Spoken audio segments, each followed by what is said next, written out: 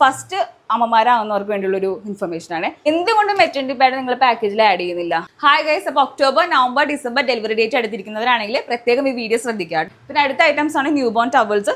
Newborn ടവൽസിന്റെ ഏകദേശം length വന്നിട്ട് ഇത്രയുമാണ്. ടവൽസിന്റെ ലെങ്ത് വന്നിട്ട് ഇതിന്റെ ഡിഫറെന്റ് കളേഴ്സ് എന്ന് പറയുമ്പോൾ പിങ്ക് ഉണ്ട്, യെല്ലോ ഉണ്ട്, ഗ്രീൻ, അങ്ങനെ ഒരുപാട് കളേഴ്സ് നമ്മുടെ അവൈലബിൾ ആണ്. കുഞ്ഞുങ്ങൾ ഏറ്റവും കൂടുതൽ ഭയങ്കര വാം ആയിട്ടിരിക്കേണ്ട സമയമാണ് ന്യൂബോൺ ടൈം. ആ സമയത്ത് ഏറ്റവും പോലുള്ള ഐറ്റമാണ് ഈ റോംപേഴ്സ്.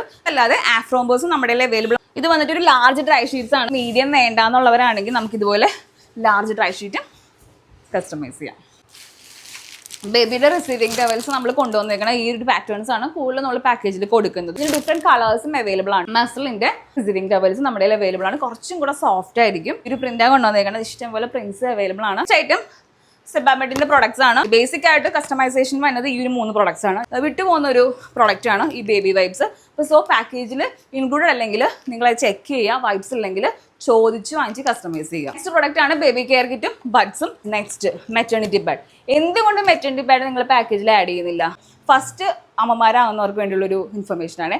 ഡെലിവറി കഴിഞ്ഞിട്ടുള്ള 5 days അല്ലെങ്കിൽ 4 days നല്ല ഹെവി ബ്ലീഡിംഗ് ആയിരിക്കും. ചില ആൾക്കാർക്ക് നോർമൽ ബ്ലീഡിംഗ് ആയിരിക്കും. എനിക്ക് നല്ല ഹെവി ബ്ലീഡിംഗ് ആയിരുന്നു 2 പ്രഗ്നൻസിയിലും. സോ വളരെ ഇമ്പോർട്ടൻ്റ് ആയിട്ടുള്ള എക്സൽ പാഡുകളാണിത്.